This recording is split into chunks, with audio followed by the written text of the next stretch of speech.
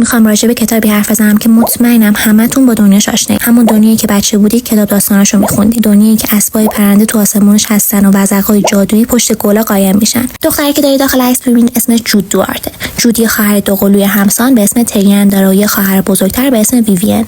ویوین یکم متفاوت‌تره، چشای گربه‌ای کشیده داره و پشت گوشاش مخملیه. روز خیلی معمولی و کسالت‌بار توی دنیای فانیا نشسته بودن و داشتن روی کاناپه کارتون می‌دیدن تا اینکه صدای ضربه در میاد.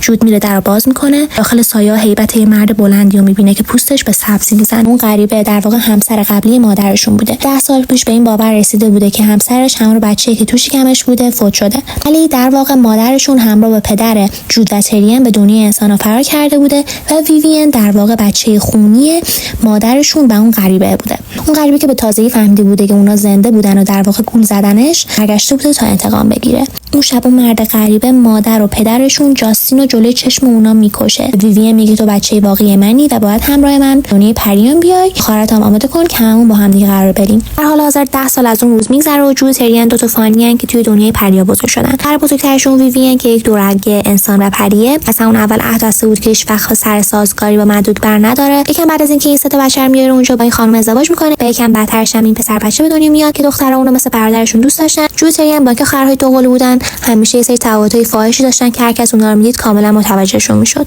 تریان خیلی دخترانه رفتار میکرد، خیلی باوقار بود، خیلی محتاط بود، برخلاف جود خیلی سرکشه، خیلی تخصه، اذیت هیچ کس رو بدون تلافی نمیذاره و کلا خیلی شخصیت سرسختی داره. جود تریان برای اینکه جزو جامعه سطح بالای اونجا حساب میشدن، به سری کلاس‌های آموزشی میرفتن و اونا تنها فانیای اون جمع بودن. برای هم یکم بولی میشدن، از نگاه بالا پایین بهشون داشتن. کلا سرزمین پریا اینجوریان که آدما رو اونقدر به رسمیت نمیشناسن. برای همین جود همیشه دنبال قدرته و دوست داره یه کاری کنه که پاشو تو اون دنیا بیشتر صفر کنه. تنها دو راه وجود داره، اینه که با یه پری ازدواج کنه یا بتونه با توجه به یک ویژگی خاصی که داره خودش اونجا ثابت کنه. حالا یا جنگاور و جنگجو باشه یا یک هنرمند باشه. جود که خیلی علاقه داره بتونه یک جنگاور بزرگ بشه، یک شوالیه دربار بشه، همه تلاششو داره میکنه. ولی خب رسیدن به اینها هم خیلی راحت نیست، به خصوص که چند نفر هستن که اونا رو خیلی اذیت میکنن، مسخرهشون میکنن. سر دستشون هم این پسر است که اسمش کاردنه. کاردن به شروری و بدذات بودن معروفه و کوچیکترین پسر شاه بزرگ سرزمین پریاست. کاردن چه توی عمل چه توی حرف کاملا به جود حالی کرده که ازش متنفره و هر کاری میکنه که اون اذیت کنه. و جود هم خب آروم نمیشینه، میشه تلافی میکنه و خلاصه بینشون نفرت خیلی عمیقی وجود داره.